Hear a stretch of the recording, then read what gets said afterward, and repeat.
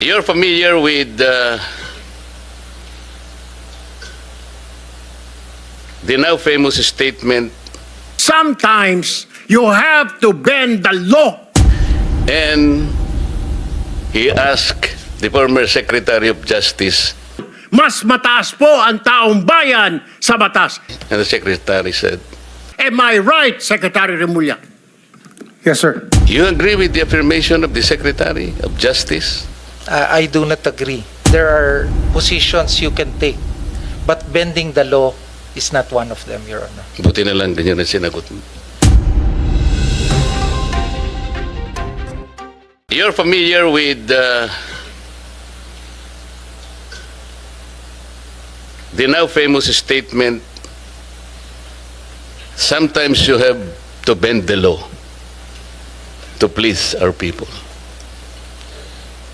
You're familiar with that? Not so familiar with that, Your Honor. How come you're not familiar with that?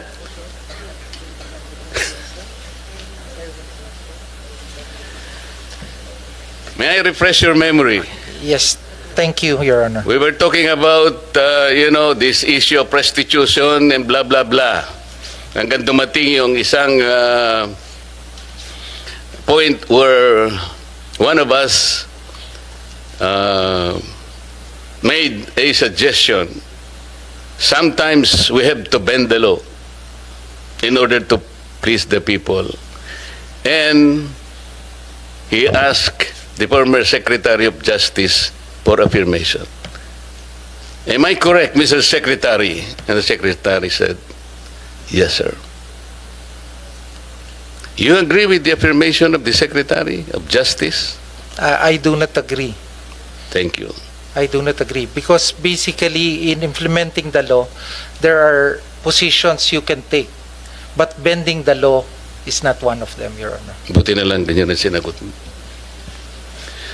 Kasi sa ibang mga interview, sinasabi niya, bending the law is okay, basta wag lang breaking the law. How can you accept that kind of statement? You cannot bend the law. No one is above the law, sabi pa nga natin. And the overarching principle in the promulgation of our Constitution is upholding the rule of law. No one should bend the law. Not even in imagination. Mahirap po yun eh. Kasi kung sinabi mong you agree, ang dami po kasi nagte-text sa akin, Yusek Andres. Ganyan palang ginagawa sa mga taxes na binabayad namin. Mga buwis namin eh. Hirap na hirap kami, mga halos dugo, pawis. Minsan may kahalo pang sipon. Makapagbayad lang kami ng tamang buwis sa ating pamahalaan bilang mga patriotic na citizens. Pwede mo ba, sir? Sabi nila sa akin. Ilaban mo naman kami, yung 2026, wag na muna kami magbayad ng tax. Because somebody said, sometimes we can bend the law to please the people. I may be able to please them, Secretary. Kasi yun ang text nila. Can I say yes to them? Can I? You Thank you.